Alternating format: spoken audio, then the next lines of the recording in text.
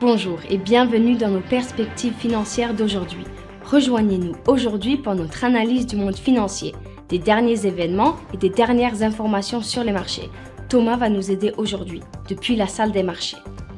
L'émetteur de stablecoin Circle a étendu l'émission native de son stablecoin USDC, d'une valeur de 26 milliards de dollars, au réseau Celo.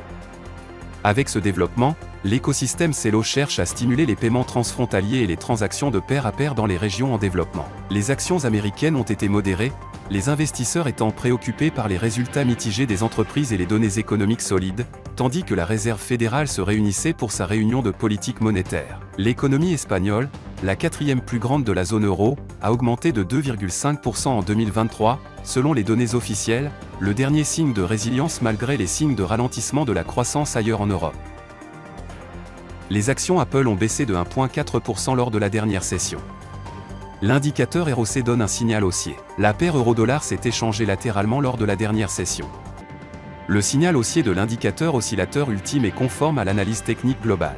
La paire livre sterling-dollar a connu une correction baissière lors de la dernière session, chutant de 0,1%.